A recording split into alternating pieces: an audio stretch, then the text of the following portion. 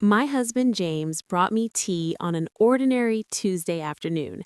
Nothing unusual about that, except James never brought me tea. James wasn't the type of person who did thoughtful, small gestures like that. James was always working, always distant, always somewhere else. But that afternoon, James made tea. James told me to drink it, and James watched my face very carefully as I took that first sip. I didn't know it yet, but that single moment was going to unravel everything I believed about my marriage. This is my story. My name is Alicia. For 5 years, I was married to James. 5 years of what I thought was a solid, secure partnership. We met through mutual friends. We dated for 2 years before James proposed. No drama, no chaos. Just a steady, predictable progression toward a life together. When James and I got married, I thought I had it all figured out. I thought I knew James.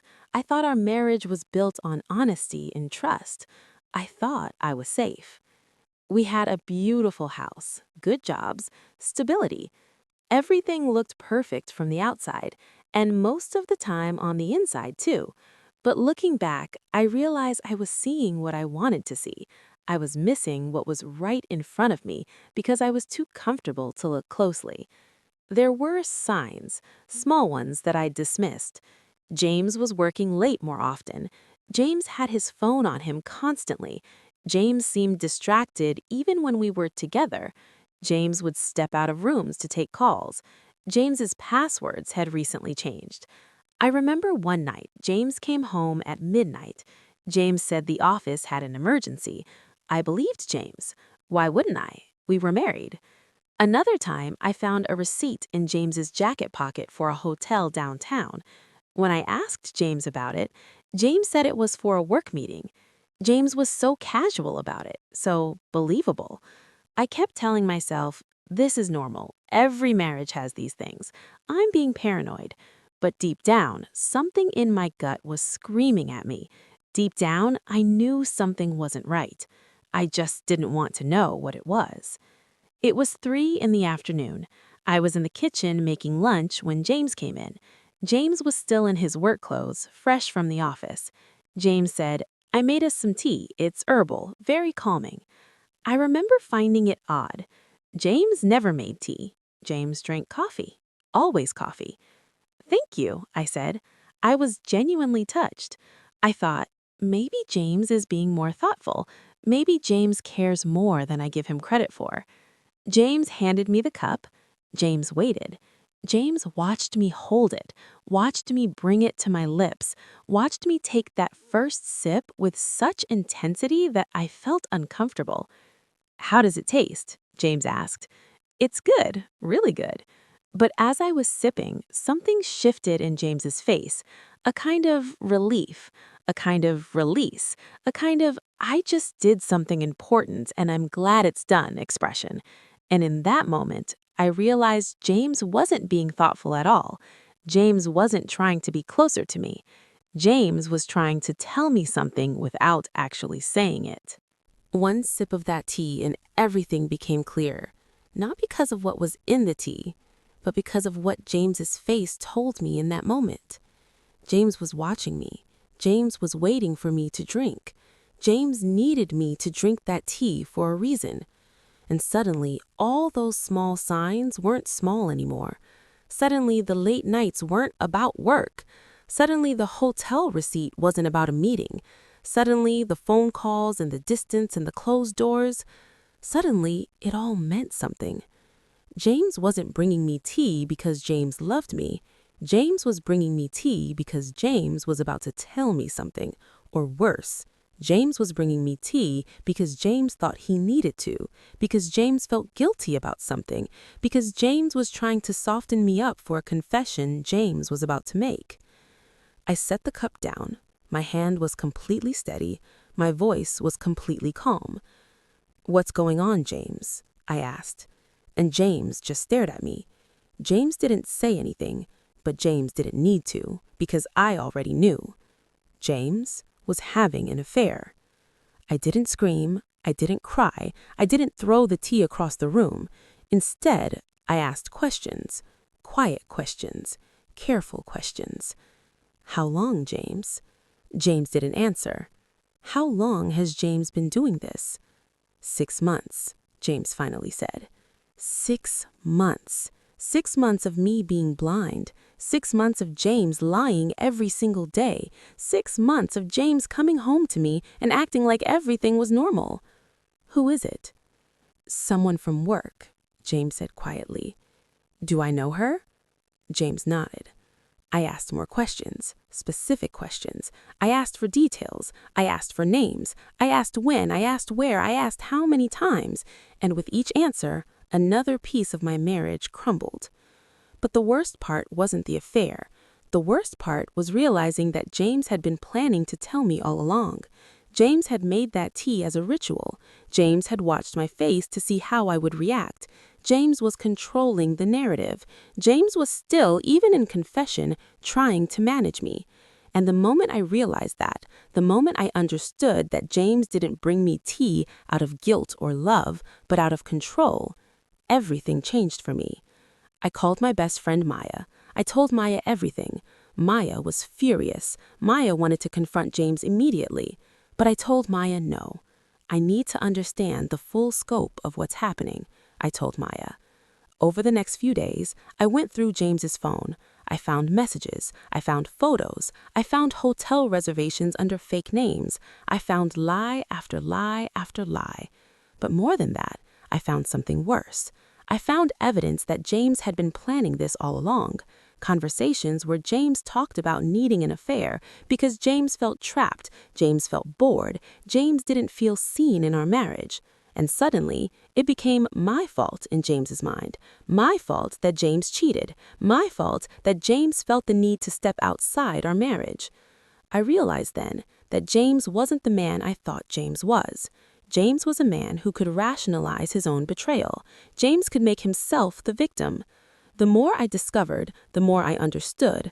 My marriage wasn't just broken. My marriage was built on someone else's lies, and I had to make decisions about what to do with that knowledge. I didn't confront James right away. Instead, I met with a lawyer. I gathered evidence. I documented everything. I made copies of everything James had hidden from me. I realized that while I was reeling from the emotional betrayal, I needed to protect myself financially and legally. James had been managing much of our money. James had been making decisions about our investments. James had been controlling more than I realized. But once I started looking, once I really examined our finances, I found more dishonesty. James had opened credit cards in my name without my knowledge. James had taken out loans. James had created a secondary life that I was partially funding without knowing it.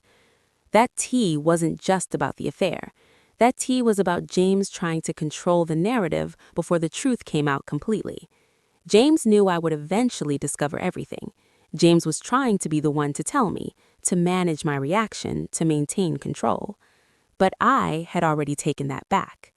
By the time James realized what I was doing, it was too late. I had already filed for divorce.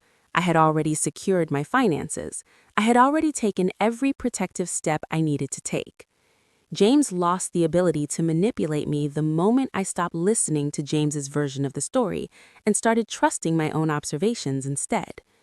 When I finally told James about the divorce, James didn't believe me at first. James thought I was bluffing. James thought I would come around. James had always been able to talk me down before, but this time was different. "You can't do this," James said. "I already have," I replied calmly. "We can fix this. We can go to therapy," James offered. "No, we can't, because this isn't about one affair. This is about 5 years of you lying to me. This is about you taking out credit cards in my name. This is about you manipulating me at every turn." "You're overreacting," James said. And that's when I knew James still didn't understand. James still thought this was about emotion. James still thought if James could just calm me down, James could make this go away. "I'm not angry, James," I said quietly. "I'm clear. And that's so much worse for you than my anger would ever be. Because angry people make mistakes, but people who are clear, People who are clear see everything, and they don't forgive. James had nothing to say to that. James finally realized what I had known for weeks. I had already made my decision. I had already moved on. And James was just a person in my past now, someone I was legally extricating myself from.